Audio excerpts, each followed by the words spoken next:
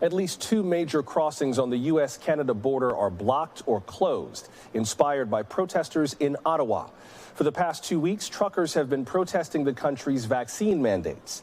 Canada requires vaccinations for truckers to re-enter from the U.S. The protests are having some tangible impacts on jobs and trade. Ford, Toyota, and General Motors are all shutting down plants or altering their production plans. That's putting pressure on law enforcement to get tougher and end these standoffs. And that may be easier said than done. These protests are moving beyond Canada's borders, drawing support from anti-vaccine groups around the world. Some are even raising large sums of money in support. Yesterday, Bruce Heyman, the former U.S. ambassador to Canada, tweeted, "The protests in Ottawa, Canada, and the Ambassador Bridge are less about vaccines and more about political extremism and desires to disrupt the Canadian government and economy." Let's get some more context on that from Bruce Heyman, who joins us now. Ambassador, welcome. Thank you. Good to be with you. Before we get into the politics, could you just give me a quick 30-second summary for people who aren't real clear on that relationship of what the relationship is between the U.S. and Canada? This economic connection is vital to both countries. So very quickly, and it quickly would be not necessarily fair, for Canada is our best friend, best ally, largest and best trading partner in the world. They border our whole northern side of our country all the way up through Alaska. And about, in pre-COVID times, 400,000 people would cross our shared border every day. And it was the Canadians who were there for us in 9/11, in Gander, who were there for us in Iran during the hostage taking. When I met with Chris Christie in Ottawa when I was the ambassador, he told me about the Canadians coming down in Hurricane Sandy and putting the electric wires up. When I met with Mayor Mitch Landrieu, he told me about the Canadians. The Canadians have been there for us through thick and thin, and the amount of trade we do with them is the largest of any country in the world, and it's balanced, so not a big deficit or surplus.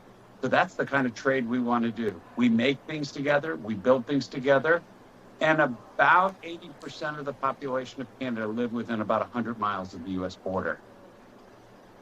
So the politics behind this, are we talking anti-vaccine politics? Are these politics that have more to do with Canada's Prime Minister, Justin Trudeau? Like, what is this as you see it? So we've all been through a couple of years of very tough times with regard to COVID, and we've been impacted significantly as a result of that, all of us in America, but also around the world. Canada has very specific, much more stringent in some respects than even the U.S., and they've had good outcomes, much lower mortality and better outcomes with regard to the virus.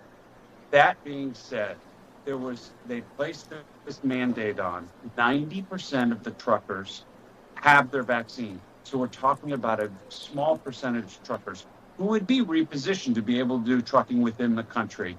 And they either have to have the vaccine or be quarantined coming back. So I think, though, this group legitimately might have had a chance to get out and protest and speak their mind. But they've been radicalized, and a lot of other groups have joined in. Another news network to the far right has encouraged them to be more stringent in terms of taking it to the government of Trudeau. There's been fundraising around the world and in the United States, as you mentioned, and it is a very much evolved now to a shutdown, or at least partial shutdown, of the Ambassador Bridge, where 25 to 30% of all manufactured goods that trade between the largest trading partner go through that bridge. And that's why all these auto plants are now having to shut down, because they don't have parts. A carburetor may travel 6-8 times across the border in its ability to be manufactured. And so this is the issue. Before I have to let you go, I wonder what the path forward is from here. We heard from Drew Dilkens, who's the mayor of Windsor, Ontario. If you've ever been to Detroit, the city you can see across the Detroit River from the city, that's Windsor, Ontario. It's when you land, when you get in the Canadian side. Talking about a potential plan to put an end to this. Listen to what he said. If the protesters don't leave, there will have to be a path forward. If that means physically removing them, then that means physically removing them, and we're prepared to do that. Ambassador, I'm not sure how that works. I mean, 18-wheelers are designed to be immovable once their air brakes are on. Like I've heard experts say dragging those things out of the street is nigh on impossible unless those truckers decide to release the air brakes on those trucks. Before I got to let you go, what's the path forward here? Is there a way to just make peace in this whole standoff, or do you see this ending a little bit more intensely? Boy, I hope we make peace and figure out a nice way to get this resolved. The U.S. government is speaking as released in Washington very carefully with the Canadian government. And look, I know all the resources need to be brought to bear here. This is going to hit our economies pretty significantly if we don't get this resolved soon. Ambassador Bruce Heyman, the former U.S. ambassador to Canada. Ambassador, I appreciate you making time, sir. Thank you very much. Hey, thanks for the conversation and be well. Thanks for watching our YouTube channel. Follow today's top stories and breaking news by downloading the NBC News app.